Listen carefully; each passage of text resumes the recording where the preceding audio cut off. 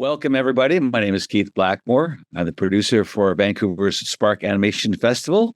Welcome to our online sessions. 7 years ago, the Brazilian director Ale Abreu came to our attention with his charming, colorful musical feature film, Boy in the World.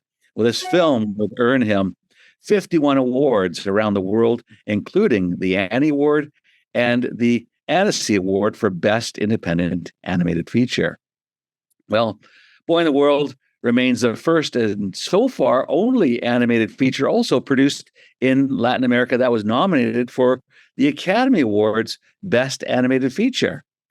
And last year, Mr. Abreu released his latest feature, Per Limps, which tells a story of friendship with also themes of tolerance. And so we see these films, they have breathtaking visuals, they have an innovative use of light, and they all have an amazing soundtrack. Per Limps, like Boy in the World, is also a feast for the senses. And yet, while Boy in the World dealt with the horrors of capitalism and deforestation, Per Limps also promotes environmental awareness, and it does a masterful job of raising ecological concerns to today's children and families and people in general. But he does it through color and beauty and music. And so we are going to take the opportunity today to talk to Ale Abreu about his process, about his films, about these themes. And so it is our great pleasure to welcome Ale Abreu to Vancouver Spark Festival. Welcome, Ale. Keith, great pleasure to be here with you. It's a pleasure to talk about the work process and about the movies I did in my life. So I will respond in Portuguese, and I hope you can help me with the translations. Absolutely. Was my director assistant in Per Limps, and she knows a lot about my work process, and I think she can help us. Perfect. It's a pleasure to have Vivian here with us. Vivi, welcome as well as the assistant director. Thank you. It's a pleasure to be here. Well, we're going to take a look at, consider a few topics. We're going to examine your journey, some themes, and these specific projects that you've done. But first off, what inspires you to pursue a career in animation and in filmmaking? Olha, eu acho que é tão difícil falar desse começo, porque para mim, ele é involuntário. Ele nasce quase sem que eu perceba, de uma paixão violenta pelo desenho, depois pelos quadrinhos e depois pela animação. Let me translate it. It's very hard to describe it, actually, because it's almost an involuntary process. It comes through a passion by the art in general, but also comics, animation, and music. Animation and music. Yeah. Todas as formas de arte, né? All art forms, actually. Ao desenho presente em minhas memórias mais afetivas, né? O desenho está lá. Yeah, the drawing, it's part of my most like deepest fond memories. So that's where it is. That's where I take it from. Aquele deslumbramento da infância em que o mundo tem outra cor e nos dá uma perspectiva muito maior. Eu acho que a arte, de alguma forma, nos possibilita esse resgate. That feeling of awe we have in childhood, that everything is so wonderful. I believe that art can take us back to that feeling. Well, let's talk about that childhood experiences that you have, because obviously that's forming your storytelling. So how did those personal memories, how did those personal experiences and those emotions find their way into your work? Olha, não existe um processo, um método muito claro. Eu acho que o que acontece é que algumas vezes na vida da gente parece que tem uma peça que encaixa em algum lugar dentro da gente em que dá um match ali, em que alguma coisa começa a funcionar e que libera alguma potência que nos faz ter esse desejo, que aumenta essa necessidade de criação. São poucas e breves esses momentos. I don't think there's a clear process. Sometimes it happens in life that things, the pieces, they just connect and they match. So that kind of like liberates this willpower of just creating of something that can come through it. Yeah, okay. É quase como se os filmes nos encontrassem, né? E não o contrário. Yeah, it's almost as if the movies found ourselves and not the opposite. Então, acho que é preciso estarmos muito atentos nesses momentos que são breves. So we need to be very, very aware of these moments because they are very brief. E são como chamados, né? They're like callings. Yeah, interesting.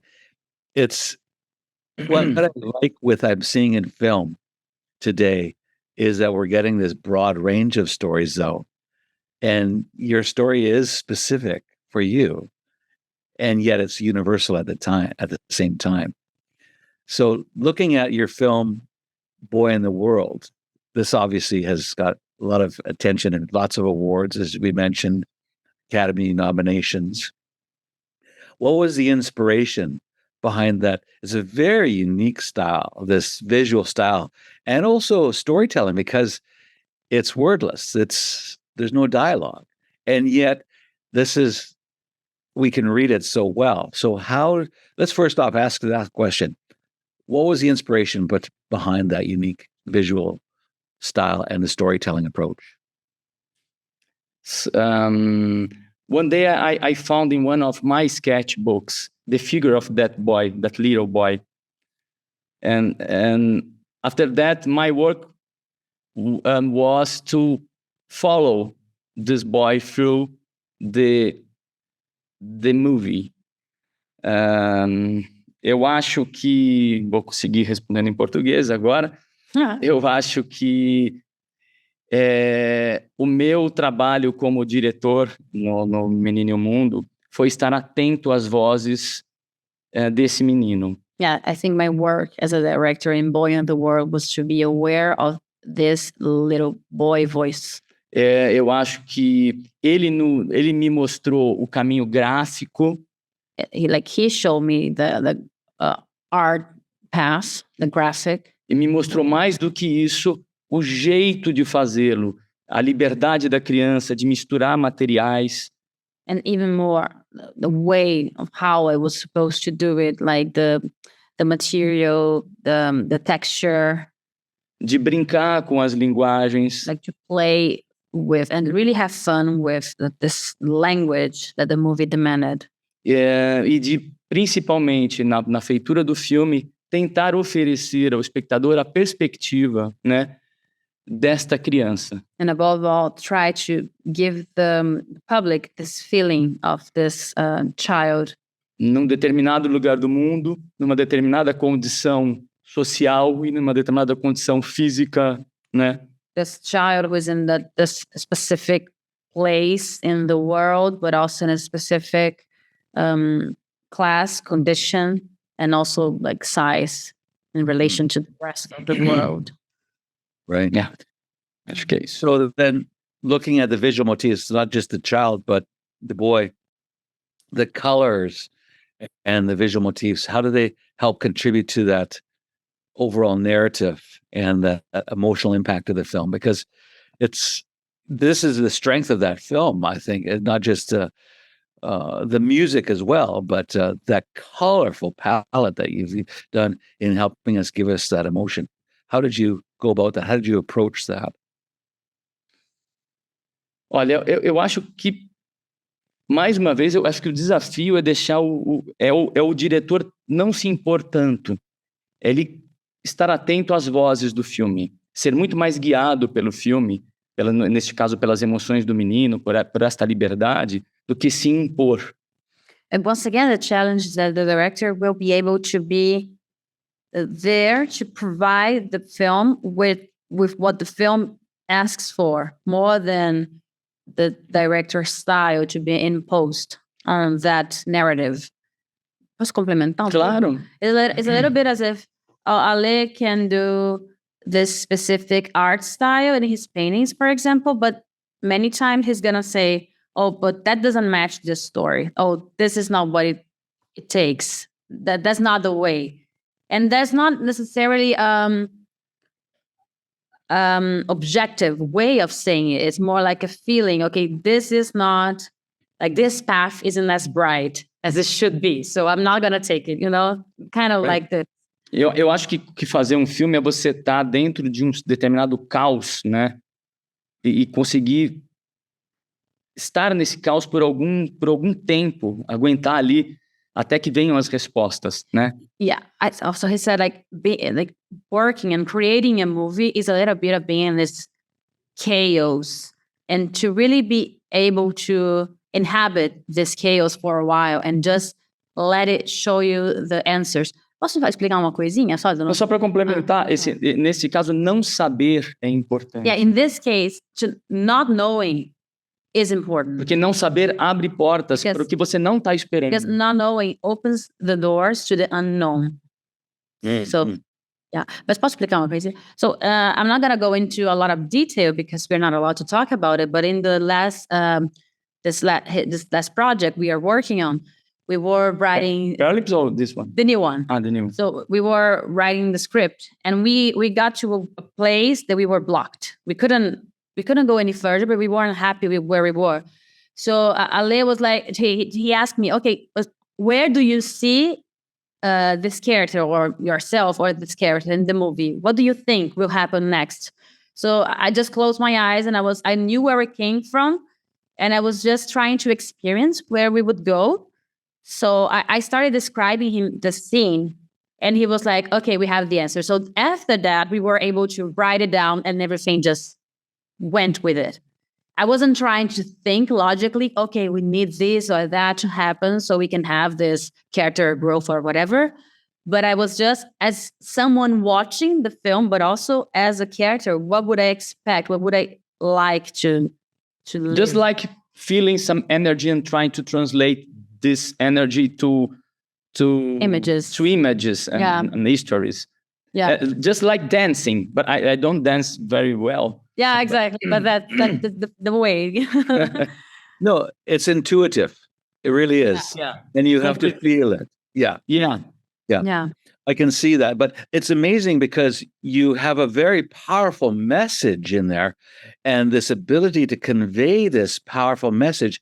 And you're not using words. You're not using any dialogue.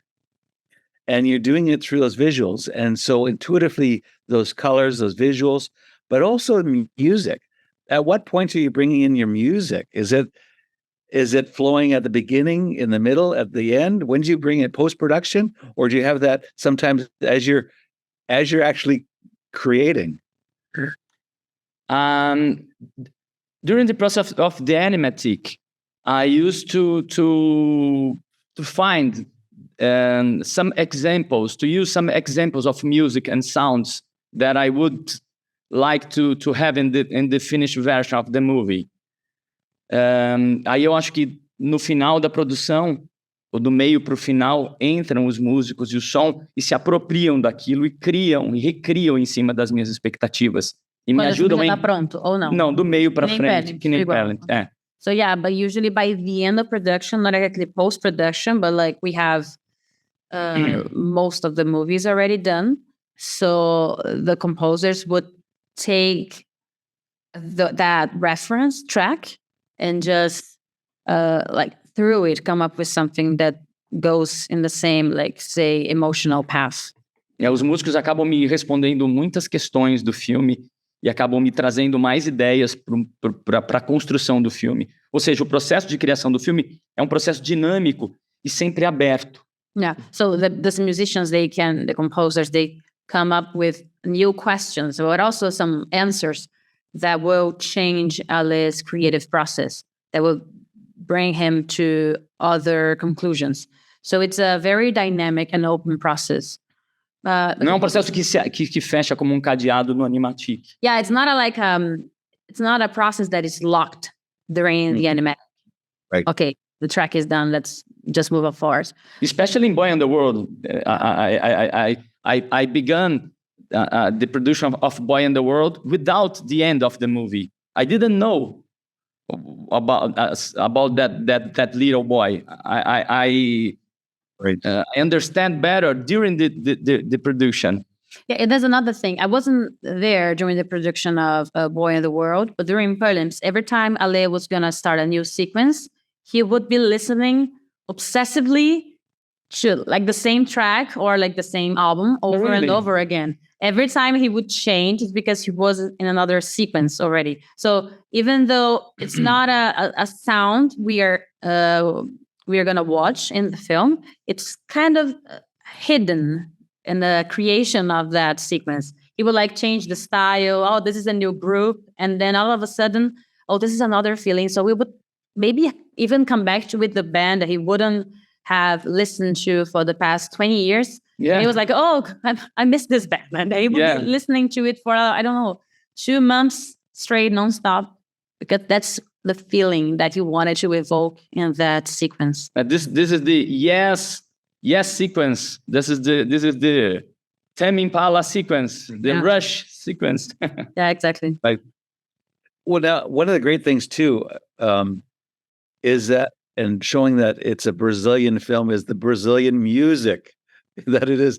You know, many filmmakers always think, how will this play in Hollywood? But you're not thinking that. You're thinking, how will this play in my hometown in Sao Paulo? So you're getting the music from there.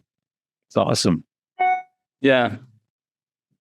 Now, this is both films really deal with pretty heavy subjects, but looking at and important subjects.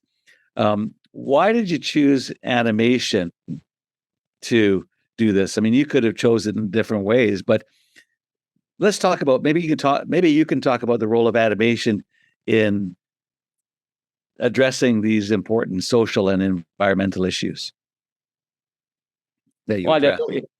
eu acho que a animação, ela tem a força, primeiro a força da fabulação, né?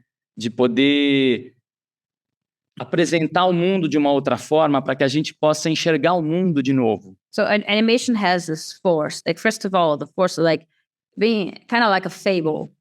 We are able to show the world through different lenses.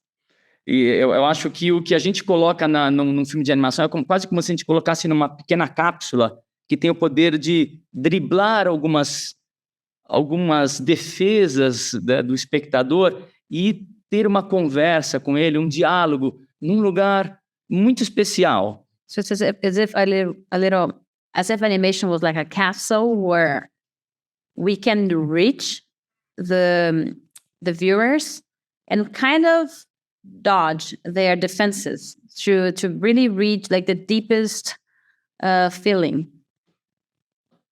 Esqueci alguma coisa? Não, acho que foi isso.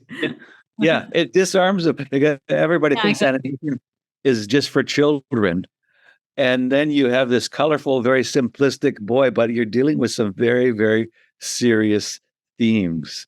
And that's so I can see where it's disarming. Animation is very disarming in that regard. Yeah, that's it. And also what you said, that everyone has a child, like an inner child. So, right. Yeah. You're it makes it very accessible. You make those themes very accessible by having the themes the way you've presented it. Yeah. When is this idea of activism and environment, is this important to you in your life? The social, economic, political things that are happening, are these things? This is what you really want to bring through in your films. And how do you navigate that with your art in your filmmaking? Olha, essa é uma questão, acho que bem importante. Eu acho que as questões do mundo, o artista não se separa do mundo. First of all, the artist cannot separate himself or herself from the world questions, we should say. E algumas questões são tão latentes, são tão fortes e profundas que acabam marcando a gente e entrando nesse pacote de inspirações, né, de tudo que a gente faz. And some matters are so strong, and they come through us anyway. Like they inspire us in a way, E a gente devolve isso como expressão, and we give it back to the world. as expression. Yeah, as an Mas expression, yeah. Mas uma coisa que eu acho que é importante é que essas questões, elas estão em função da arte como metáforas e em função da arte, e não o contrário, senão elas não estariam lá. So these matters are there. These questions, they are there to serve the art as a metaphor, as an expression, and not the opposite.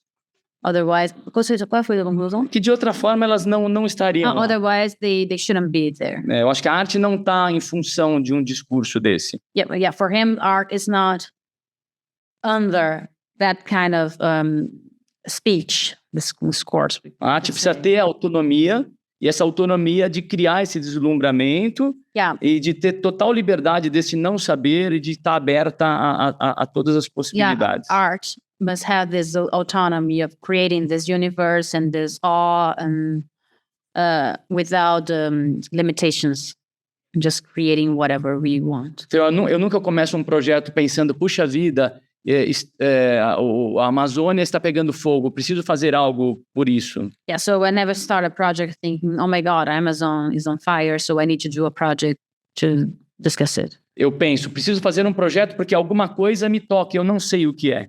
I need to work on a project because something is touching me and I don't even know what it is. E aí, quando eu vejo uma relação de coisas e entre elas algo que se relaciona talvez ao fogo na Amazônia. And then when I see it, there's a relation of many different things, and it might be that one of them is the Amazon fires. Right. You know, it's interesting because with myself growing up here in Vancouver, we have our own rainforest.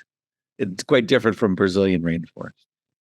But this is what inspires me. And I often, with my students, I talk about those kind of films, your films, with dealing with environment.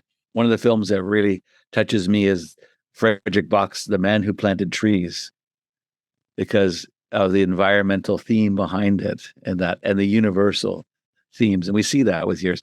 And he's balancing, navigating that aspect of art and environment and art and activism and motivating us to do something, not just to entertain us, which most film does, but to actually activate us, to move us and inspire us to action. I see that with your films as well.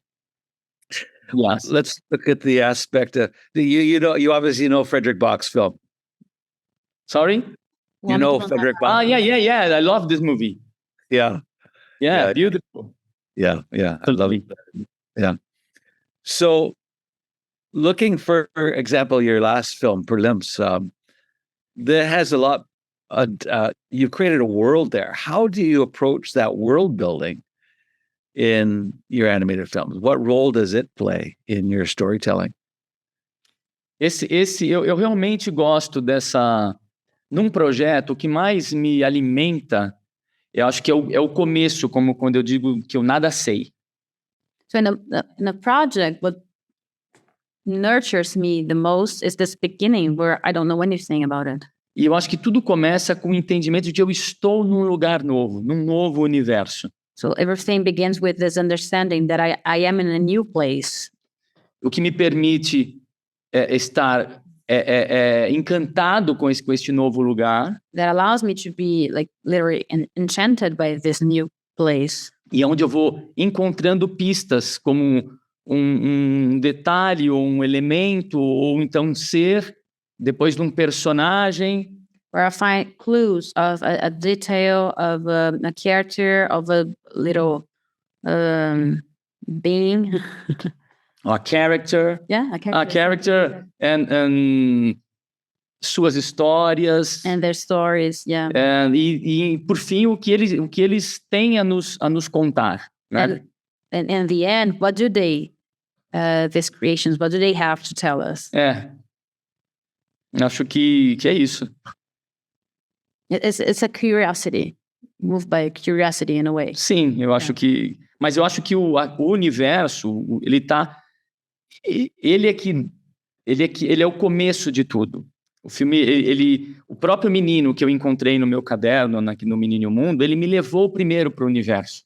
Okay, yeah, so the universe is the beginning of everything. So, like the boy himself, he took him to this new place. He showed him to this new place. And I think I could add something that sometimes when we are creating together, sometimes Ale is just going to say, okay, this is complex, the political side is there, but he's like, oh, this is boring. I don't want to go to this place. This universe, this is just not working. This is so annoying. I don't feel anything. So that's when we step back and then we try to find a place where it's not about being agreeable or anything. Oh, this is nice. It's about like really touching.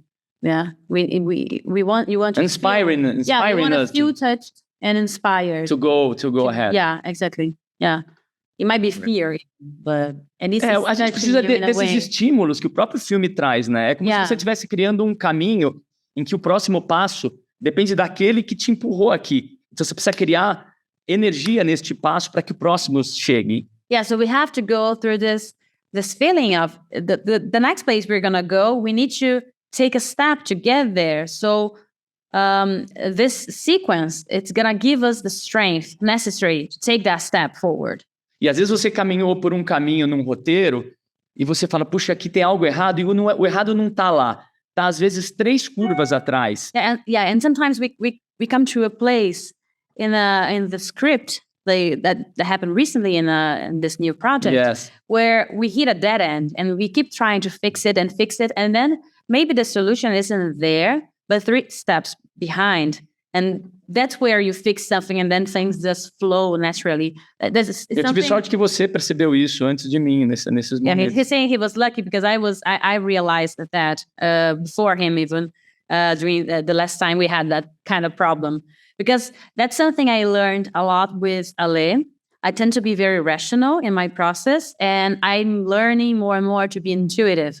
So what I learned from him and like observing, but also applying it to my work process is when things work, they just do. There's no way of forcing it.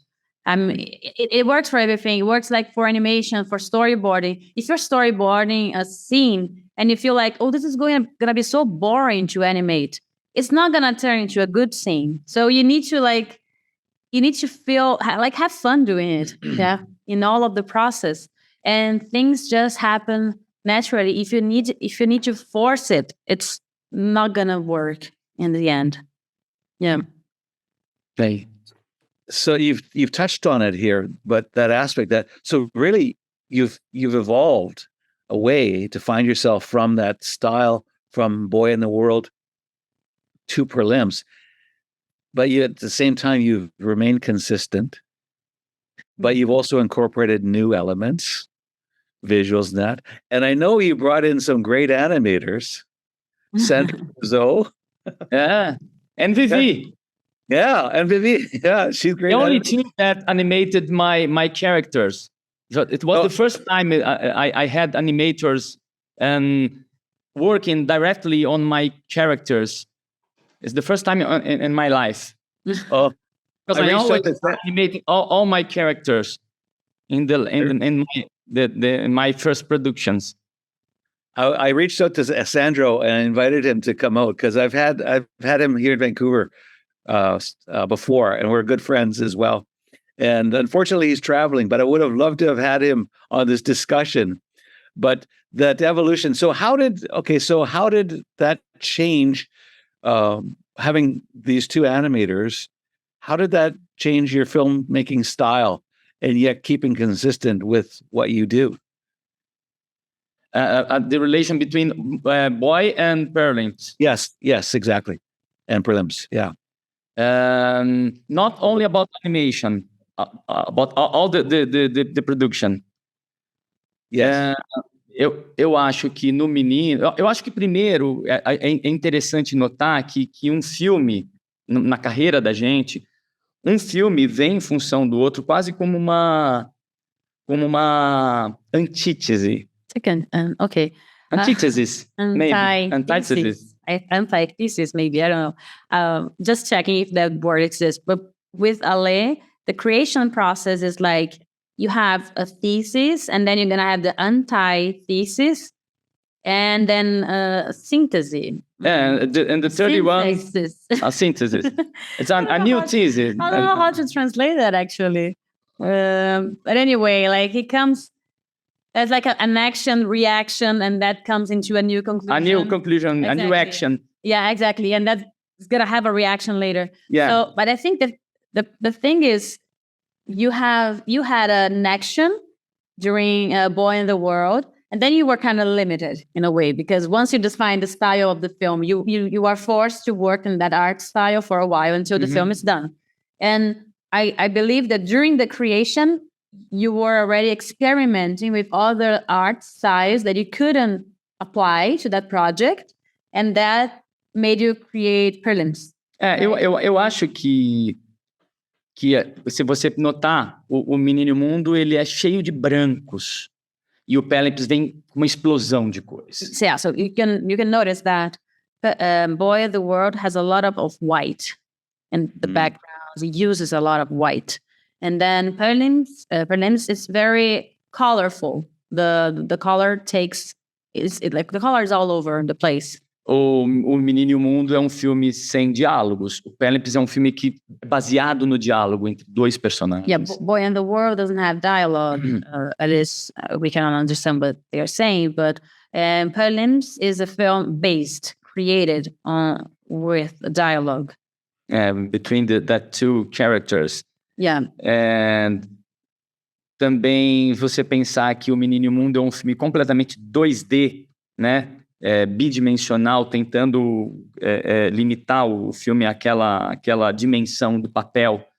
E no Prelims há uma preocupação com a profundidade de campo, com quase o 3D, né? Yeah, so and Boy in the World is very 2D, very flat, and Prelims has very three-dimensional. It has a depth of field. Tem muitas contraposições, né? Yeah, there's a lot of contrapositions. Mas em relação ao tema, eles são muito, muito parecidos, né? É quase como se o menino e os Prelims fossem os mesmos personagens. But the themes are very similar. It's almost as if the boy and the characters from Prelims are the same characters. No, o Prelims mesmo. The Prelims, yeah. Not the figure of the ghost, the Prelims. Yeah, the little creatures. É a alma, né? Yeah, that's like the soul, we could say. Because the thing is, because it's such an intuitive process, you are transformed from project to project, so they are slightly different, but you're still the same person. So they carry very similar characteristics. It's an evolution of your artistic process. But... Eu acho que nos dois projetos acaba meio que se tratando do lugar da infância, né, como metáfora, assim, numa metáfora dessa quase natureza humana, né? Diante de um avanço dessa construção do mundo concreto, né? So we could say that both movies have this metaphor of the childhood world in opposition, como metáfora da natureza. Yeah, as a metaphor of the human nature, and in opposition to this concrete. A construção deste mundo concreto. The construction, the arrival of this concrete world, the imposition of this world. Ou seja, Lu, talvez pensasse o lugar dessa criança num mundo marcado por conflitos sociais, né? Questões políticas, amplamente falando. Né? So the arrival of this child into this world that is full of political issues and all the other complexities. And essa coisa meio enrijecida, né? It's kind of like como fala enrijecida? Acho que talvez sem liberdade de mudanças, né? Yeah, it's a world more and more hard. It's harder to change. with less and less liberties. Esse mundo dos gigantes. Yeah, the giant world. Right. Well, there's obvious an evolution in your film style, and this one, for lack of a better expression, Prelims is more sophisticated than, say, A Boy in the World, and yet they're consistent at the same time. We know this is an Alaia Bru film. There has your style, as you say, you've shifted styles and bringing out other elements, but it's still you there, which is very distinct. And you mentioned as well how Prelims is this a metaphor. Now, looking at this film, and both films really, it's very hard. Your film is personal, it's Brazilian, but you also are intending it for a wider audience. So how do you bring those themes and interpret those for a wider audience? How do you get that? How do you get there? Olha, eu não sei dizer isso, eu não garanto nada, na verdade, assim, eu fico muito feliz que ele atinja diferentes audiências, né, diferentes públicos, mas eu nunca penso especificamente em nenhum público. Acho que o principal público dos meus filmes sou eu, no primeiro momento. He doesn't do it on purpose. He doesn't think about it. He's glad that his films can reach a larger audience, but it's not something that comes to mind for him as a problem, as a question to think during production. It's not he doesn't think about it really. É processo natural, realmente. It just happens. Yeah. Mas você tinha nas suas notas que para você pensar no público é uma questão quase mais comercial, assim. Eu acho que um filme que acaba se preocupando demais com o público é um filme que acaba não ouvindo algumas questões que têm a ver com expressão artística, né? Yeah, what I ask him is if we think of the target straight away, that tends to have a bit of a commercial feeling. And he agreed that yes, when you do that, you are already putting this in front of a maybe bigger, more profound questions. They are more related to art expression. Mm-hmm. Right. So looking at this aspect of these fantasy elements dealing with real world issues, maybe you can elaborate on that balance that you strike between imagination of the world of Prelims or The Boy in the World, elaborating on the balance that you strike between imagination and commentary on social and political themes. Because, as you say, these things just rise up out of us and they're intuitive, but it's personal and yet universal, as you mentioned as well. Eu gosto dessa mistura, da coisa da imaginação em relação ao mundo real. He likes this mixture of the imagination and relationship with the real world. Eu acho que esse é o ponto, né? Yeah, that's the point. Eu acho que um acaba... the balance, right? Acho que um acaba enfatizando o outro, na verdade. Yeah, né? one emphasizes... Potencializando o outro. Potentializes the other one. Revelando algo do outro. Yeah, you can... É como a luz e a escuridão, quase, né? Eu preciso de um para quase que potencializar o outro. Yeah, it's a little bit like light and darkness. You need one to emphasize the other. So the same happens with this imagination and the real world. Because you can access, you said previously, you can access deeper meanings with imagination. And also like children, they need to go through that. Sim. Mas não há mais uma vez, não há como dizer uma forma ou uma medida, né? Isso é estabelecido durante a própria chegada do filme, né? Yeah, once again, it's not like a formula or something that can be established and defined. It just comes with the creation of the film, which is something very hard for people to hear, like during the NC work in progress that we did. Like the interviewer and the public, they were like, what do you mean you're just throwing stuff away and you're changing so many things during production? And because yeah, we kind of needed to. Eu costumo deixar meus produtores malucos, né? Yeah, as he's saying that he turns his producers like totally crazy. Well, I can see where some people would say, "Oh, it's a straight ahead path. I have my animatic. I have everything worked out in pre-production, and let's just follow this path." But yours is much more organic, and it's like you said, intuitive. And as it feels, it unfolds. So then, how do you collaborate with musicians and animators and other creatives? Are they as it's like a jazz band. It's spontaneous. Yeah. Almost. Yeah. Acho que Vivi pode contar pouquinho. Yeah, I think it's easier for me to explain because many times I was doing that role of translating. Because when I got to the prelims, I haven't worked with Ale previously, but we got along very well in a complementary manner. But I can say that with the musicians, he was on his own because it was a very, very intuitive process. So there was no way for me or anyone else to organize it because he would like discuss a theme, a track, some musical influence, and the musician would come up with a song, but Ale wasn't really going to use that song in that part of the film that they discussed. Sometimes he would just go to the end of the film. He was like, "Oh, this is much better here." So for me, it was kind of crazy. And sometimes he would like rip the song and use like small pieces in one part or the other one and just mix. So it was a completely chaotic process.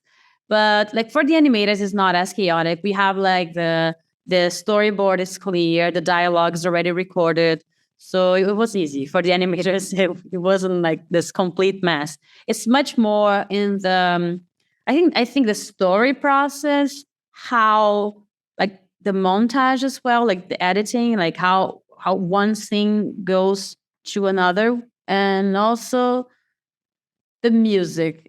So I think all this very, very creative. When you get to a more technical side of things, it's a little bit more like easier. But Sandro and Vivi made Yeah. a very impressive work of animation. A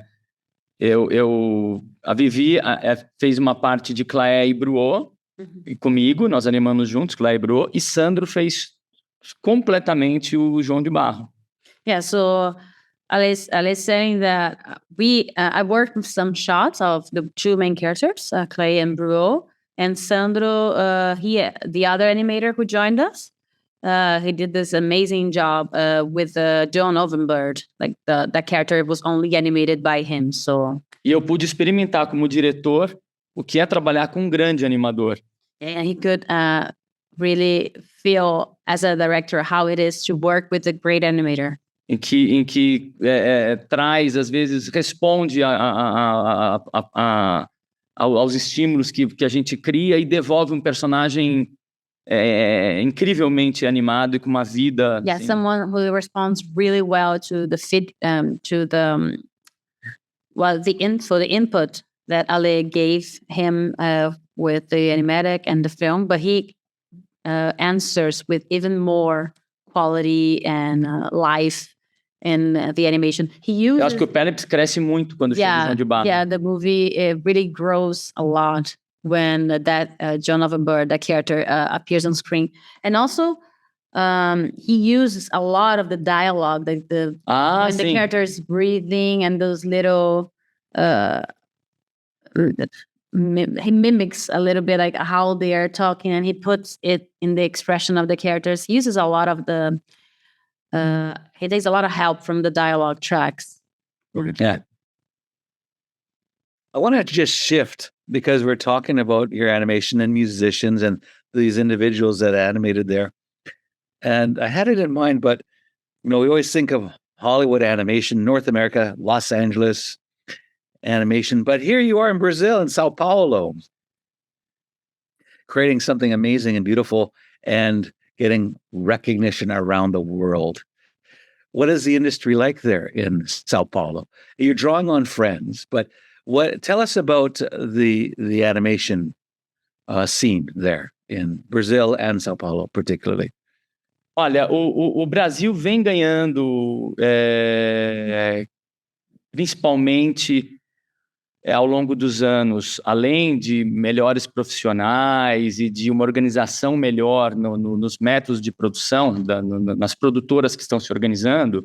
So Brazil has, for the last years, increased a lot of its animation quality, and also the producers and the production companies. E também com o apoio do governo, com leis de incentivo. And of course, with funding from the government. Mas eu acho que tudo isso vai colaborando principalmente por um entendimento do Brasil do que significa fazer animação brasileira. And that helps a lot with the understanding of, in Brazil, of what it means to do Brazilian animation. Do que significa ser um artista de animação brasileiro no mundo, dialogando com a animação do mundo. What it means to be a Brazilian artist, animator in the world doing animation, that it's going to have a dialogue with the rest of the world. Eu acho que esse é o grande aprendizado de cada lugar que pretende ter uma indústria forte de animação. I think this is what you need to learn from this process. If like any place should learn if you want to have a big animation industry. Assim como os exemplos de Estados Unidos, Japão, França. As like in the examples of the United States, Japan and France. Você acha que você pode falar também, porque é uma coisa que é importante para você, que você não está focado em fazer animação à moda dos Estados Unidos, porque você não está nos Estados Unidos, não tem sentido isso, né? So, acho que é um processo de descoberta. Yeah, acho que não foi tão claro, só acho. Sim. I think it's something that what I was just wanting to clarify, but for Ale, it doesn't make sense to do animation trying to do like the Hollywood way, because we're not in Hollywood, so it has no meaning really. Não tem como competir. Yeah, we cannot even compete with that industry, but also it's a matter of finding your own identity. Por isso que é esse diálogo, né? That's why you must have that dialogue in the industry itself, but also with yourself, and yeah. I think it's very exciting. One of the things, that has helped raise Brazilian animation is, of course, your work. And you're helping open those doors because they're seeing the response with your films going around the world. So, and I see that teaching at the Vancouver Film School, many more and more Brazilian students coming in. And they all, every one of them, reference your work. Oh, wow. And there's 100 years of animation history in Brazil, but you're the one that's standing out, today and inspiring them today. Even like I'm talking to Diego and Agatha here, and I said, Diego, you have to write the history of Brazilian animation. You want a project? Right? There's your project. But that's awesome. And it's nice to see that it's growing and that there's things. So let's talk about your upcoming. You obviously have NDAs in place and we can't talk about his stuff, but what are the upcoming projects or ideas that you can share with us? Sim, eu tô trabalhando tô aqui contando pela primeira vez, praticamente. Eu tô trabalhando num projeto que é, acima de tudo, reentrar neste universo do Menino e o Mundo. So this is pretty much the first time I'm talking about this publicly, but right now I'm kind of re-entering in this universe of Boy and the World. Eu tive um sonho com esse universo há cerca de um ano atrás e comecei a partir daí fazer muitas notas e a partir dessas notas eu entendi que tinha ali ainda um projeto nesse universo do Menino e o Mundo. So I had a dream about it, like I should say a year ago, I think more, like probably 2 years ago. And after that, he started taking a lot of notes. So and then that's how he found out that he had another project. Então, assim, eu já tenho, nós estamos no meio de um desenvolvimento, a gente não pode falar mais do que isso, né, por uma questão ainda de sigilo. Yeah, so we are already working on it. We cannot say a lot of information about it, but Mas o projeto já está desenvolvido, já tem um argumento e já tem muitos desenhos. Yeah, but the project is already developed. We have I don't know how to say argumento. An argument? No. No, not argument. No, it's not an argument. I don't know how to say it, but we don't have the script fully written, but we have a description of each. Like a treaty. Yeah. 10 page, 30 pages 30 pages of the script. Yeah. A resume. Pages. Yeah. A resume? Say a treaty. A treaty. Yeah. Okay. Yeah. and so many images, concept boards. Oh yeah, so many. We have like 200. I think we have 200. 100 concept boards. Boards, yeah. And 100 boards of characters and elements. Yeah, characters and like backgrounds, like mood. Oh yeah, I'm mood very, very happy with the result of this development. Yeah. So maybe 2 years from now, 3? I hope so. 2 or 3 years. 2 or 3 years, hopefully. Yeah. We never know because we depend on we're working on like developing it. Yeah. We are not yet into like pre-production or production. So once we have that, we need to like find funding for the film. It's already almost there. We know it works. Yeah. I wish you could show us some of your art, but we'll have to wait to another time for that.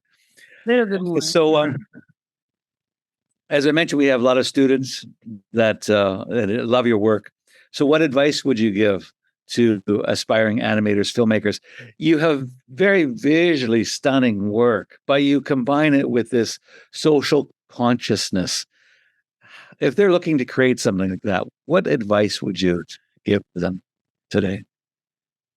Olha, acho que é muito difícil dar algum conselho, porque a arte, eu acho que esse é um processo muito pessoal. It's very hard to give that kind of advice because art is a very personal process. Então eu queria dizer que, acima de tudo, animação é uma expressão. So I wanted to say that above all, animation is an expression. E de que o mundo passa por dentro do artista para então sair do outro lado. And the world comes to the artist to come out in another way, like differently. E de que as respostas são pessoais, estão dentro de cada artista. And that the answers are different because they depend on each individual. Na maneira que ele se relaciona com estas questões. And in the way in how you relate, how this individual relates to these questions. E de que a maior cilada que pode ter nesse processo Yeah, and that the worst trap you can fall into in this whole process é o artista buscar aquilo que ele acha que esperam dele. Is to try to do something, is to try to do what you think others expect from you. Eu sei que o trabalho de depuração e de encontro de um artista, ele é muito sofrido e penoso. I know the art process. It's very hard. It's like a labor. É. Yeah. Mas eu acho que ele tem que encontrar um jeito de se divertir nesse processo. But you need to find a way to have fun in this whole process. Valeu, Agatha, Diego. Keith, thank you very much. It was a pleasure to be here talking to you. It's our pleasure. Thank you, Vivi, for your assistance today. Thank you, Ale, for your films and for bringing Brazil to the minds and the hearts of people around the world. You've opened up our understanding. And I think what you need to do is, listening to this approach with music and color, you need to do a Brazilian Fantasia. Muito obrigado. Até breve. Thank you very much. Thank you. Tchau, tchau. Tchau, tchau. Obrigado, viu? Obrigada. Tchau, gente. Um grande abraço a todos. Big hug, everyone. Bye. Bye.